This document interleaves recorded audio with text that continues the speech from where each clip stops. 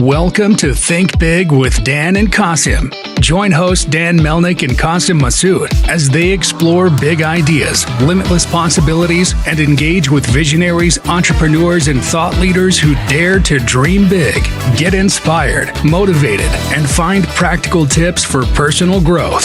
Think big, dream bigger, and ignite your potential. All right, welcome to Think Big with Dan and Qasim, and our guest today is Hamilton. So Hamilton, I'm going to go ahead and introduce yourself. Tell us where you live and what you do for a living. Nice to meet you, Dan, and hi to your audience. My name's Hamilton. I'm the co-founder and CEO of a company called Youturn Health, and it's a long story. Our company was based out of Texas. I happen to live in Scottsdale, Arizona, or like I like to say, on an American Airlines plane all the time. Awesome. So how did you get the idea to start your company? Oh my God, long story. So I've been in healthcare for about 35 years, a lot of different organizations.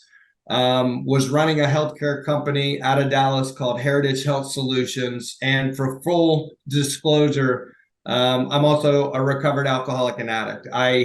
For 25, 30 years of my career, my life, I struggled with a lot of different things that Americans struggle with. When I was a kid, they called it hyperactivity, and then it turned into stress and anxiety and all those things. And finally, 11 years ago, I came to terms with the fact that all those things were present, but the overlying issue was underneath all of that, I was an alcoholic and an addict. So I got sober 11 years ago. And Dan, I got sober what I say is the traditional way, which I'm sure we'll get into, which is you raise your hand, you admit you have a problem, you go to treatment, you quit drinking for the rest of your life, and that's it. And that's what I did. The difference is I took a very unusual path. Most people, it takes a long journey and you go multiple times and there's multiple setbacks. I was one of those that I never touched another drink again. My life got immediately better.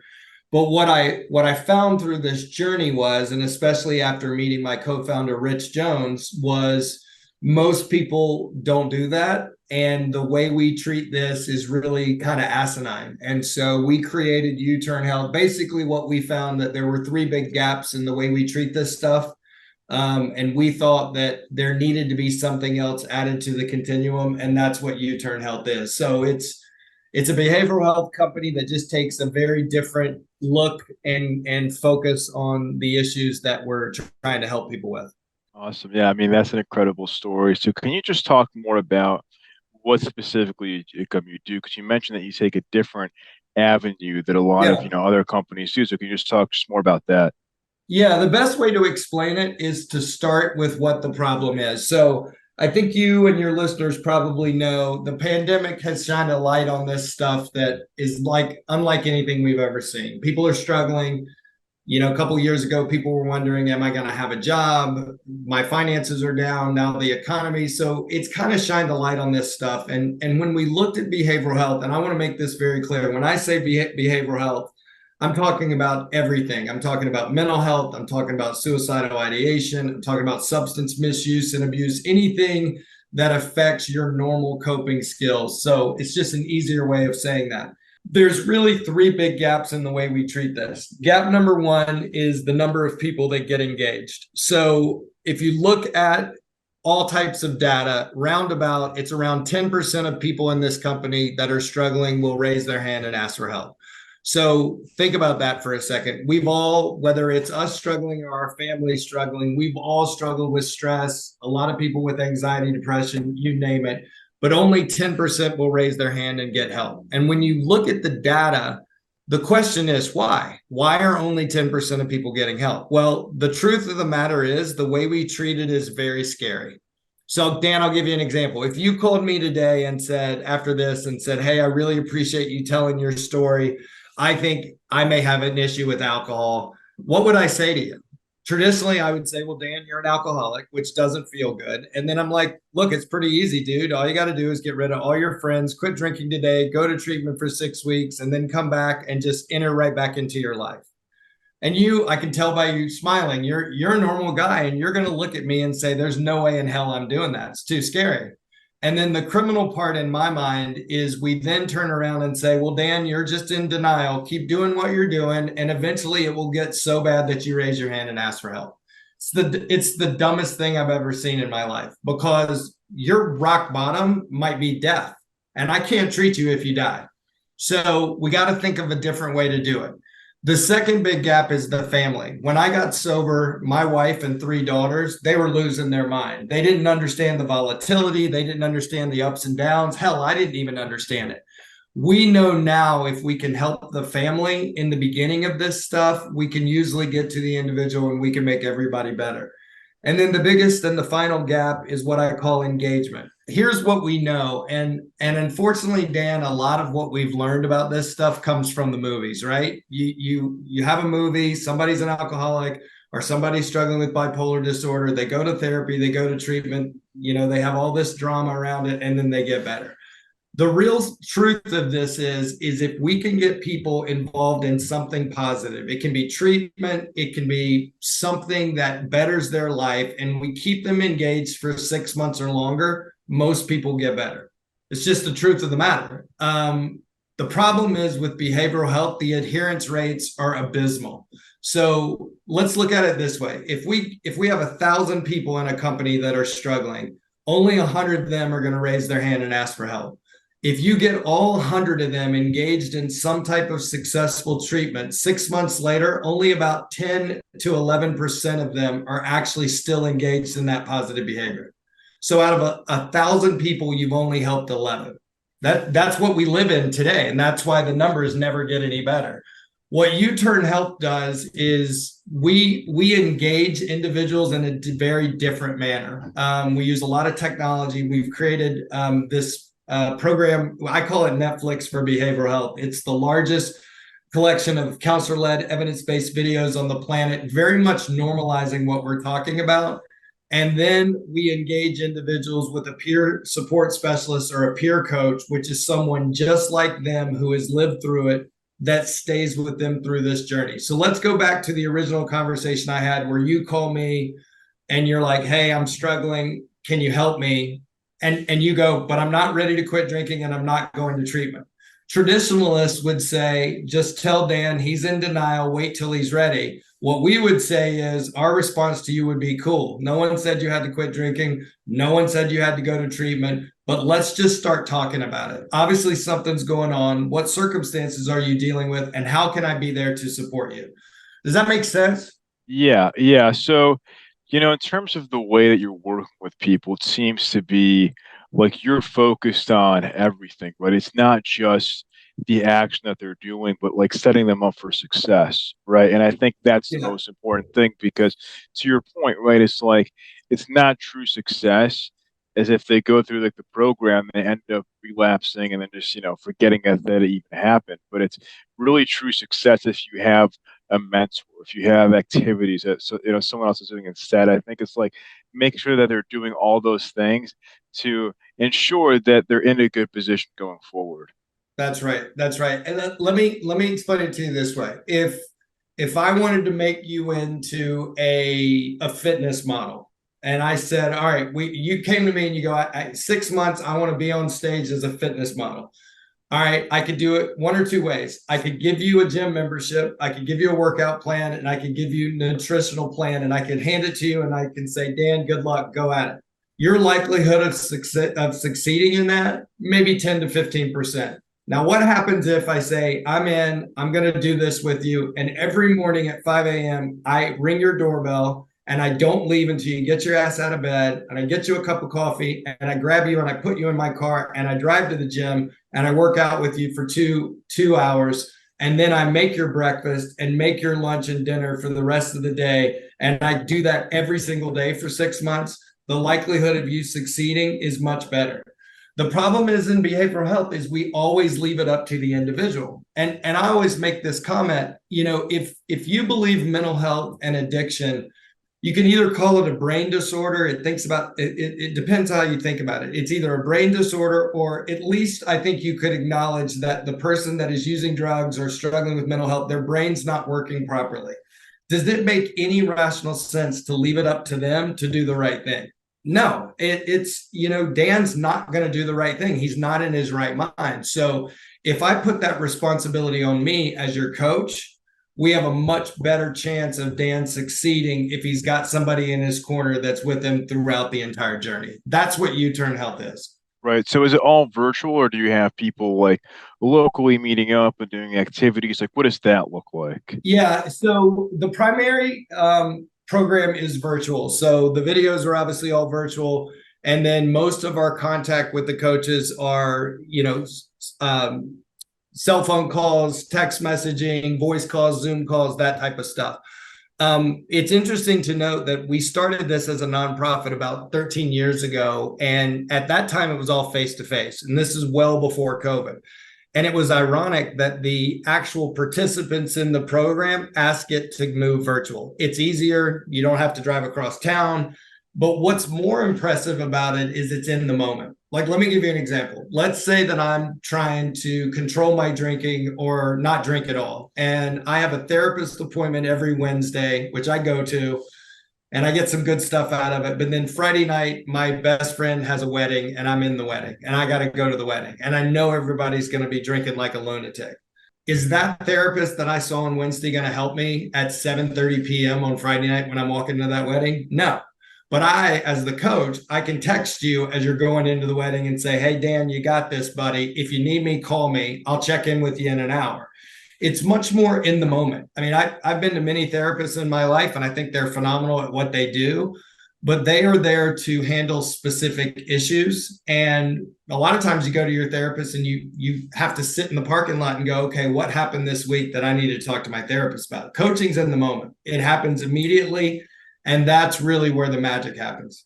That's awesome. So in terms of, like you mentioned, it's like a non-for-profit. So how do you go about raising money and even spreading awareness for? Because I think, it's a very amazing thing that you're doing. And I think you're really shaking things up. And I think it's a very positive thing. So how do you like reach more people and tell them that you even exist? Yeah, so just a point of correction. We were a nonprofit. We're no longer a nonprofit. Okay. So my co-founder, Rich Jones, started Faces and Voices of Recovery in Greenville, South Carolina, about 13 years ago. And when I met Rich about 4 years ago, when you have a nonprofit, you are limited by exactly what you said, how much money you can raise, what's your reach. And we said, look, if we really want to change the face of behavioral health, we have to commercialize this and we have to take it to the masses. So we sell it directly to employers to help their employees. And there's a 100% return on investment because let me give you my example. When I was struggling with alcohol use, I was very successful at a company I worked for.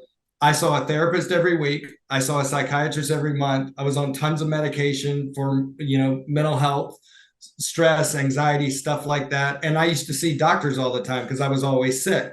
Who do you think was paying those bills? The employer was paying the bills. The health insurance company was paying the bills. When I went and got sober, all of those costs went away. So if an employer invest in their employees and say, hey, look, we want a program that people are actually going to use, we're going to get people better faster, which ultimately lowers the cost of healthcare. So we sell it to employers. We work with trade unions. We work with brokers. We also have a huge reentry division. So helping people coming out of jail or prison, reintegrating into life in the community. Unfortunately, 80% of people that get locked up in this country struggle with either mental health or substance use disorder. And so we kind of fell into that, but it's been very rewarding to see how we've been able to help people reintegrate into life and become a very productive member of society. Awesome. So what is the role of technology in your company? Yeah, that's a great question. So technology is extremely important to us because it allows us to be more efficient and it allows us to reach more people. The platform that we've created, and I always call it Netflix for behavioral health because that's what it feels like. It's the largest collection of counselor-led videos on the planet. So the way you think about Youturn, the platform is really, it's a place to normalize behavioral health. I'll be honest with you, Dan, when we started this, we didn't want to create the platform. What we found is, and we do a lot of work with families as well. And what we found is almost overwhelmingly, every family we met with, we had to educate them. What is the neurobiology of addiction? And even the individuals, what is PTSD? What is trauma? Why is my loved one in treatment? All these different topics. And so to make ourselves more efficient, we went to the internet and tried to find some really good content that would help us. And you've probably figured out really quickly, I'm very blunt, it all sucked. It was either good content but really bad production value, or more importantly, it was this scared straight message that we've always had: just say no to drugs. If you use, you're going to die. It just didn't feel real to us. And so we said, you know what, we're going to have to do this ourselves. So our platform, there's no actors, there's no avatars, there's no cartoons. These are real people that have struggled and overcome. And we approach it in a manner that's non-threatening. Like, let me give you an example. The words addict and alcoholic, they've done tests on individuals. They've hooked them up to electrodes and they say words and they evaluate their physiological response. The words addict and alcoholic give off the same physiological response as the words murderer, rapist, and Hitler. So when I call you an addict, it does not feel good. You want to run the other way. So we don't use those words.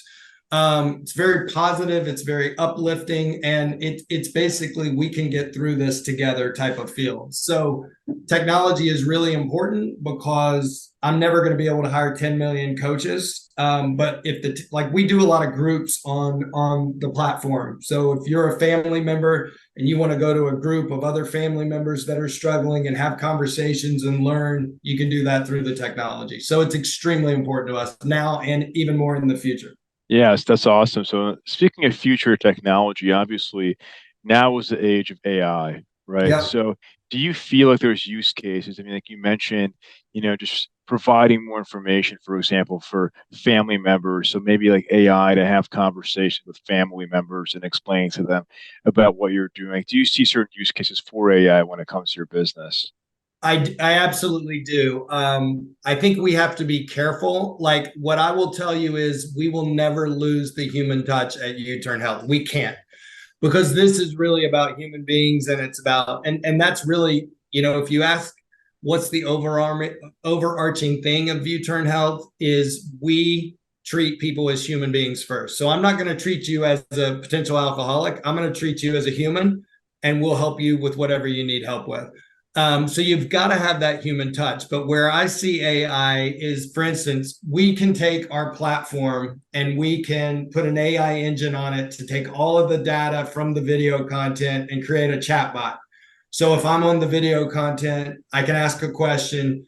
The chatbot can give some answers, but also there's always going to be that element, click a button and get to a human. So yeah, I think from an efficiency standpoint, I think that's great. You just have to make sure that the AI is right. I mean, I've been on some of these AI platforms and asked some questions, and the shit that comes back is just insane. So we just have to be very careful that you're putting the right information into the engine so you're getting the right information out of it. No, 100%. Yeah, there's all sorts of AI platforms. I think it's important to your point for it to be trained correctly on the machine learning. So it's answering questions in a way that it's supposed to answer them, not just spitting out random answers. That's right. That's right. Yeah, it's funny. I went on an AI platform and I put in what is Youturn Health?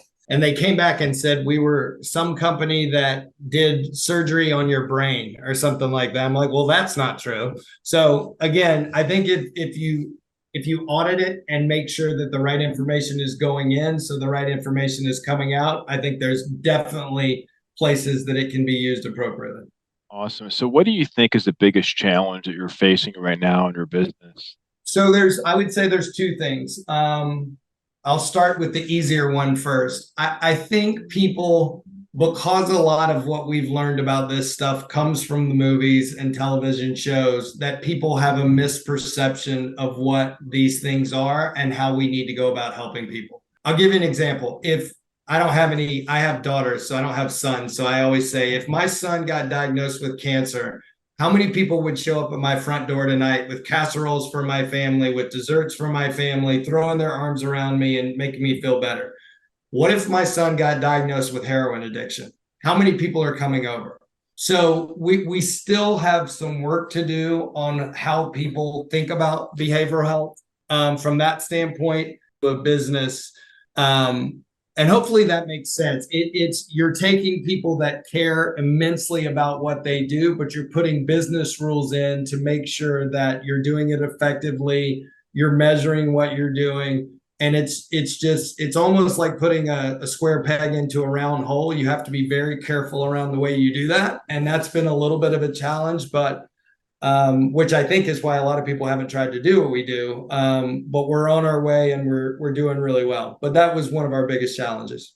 Awesome. So, like, what would you say is your top priority for the business in the next 3 to 6 months?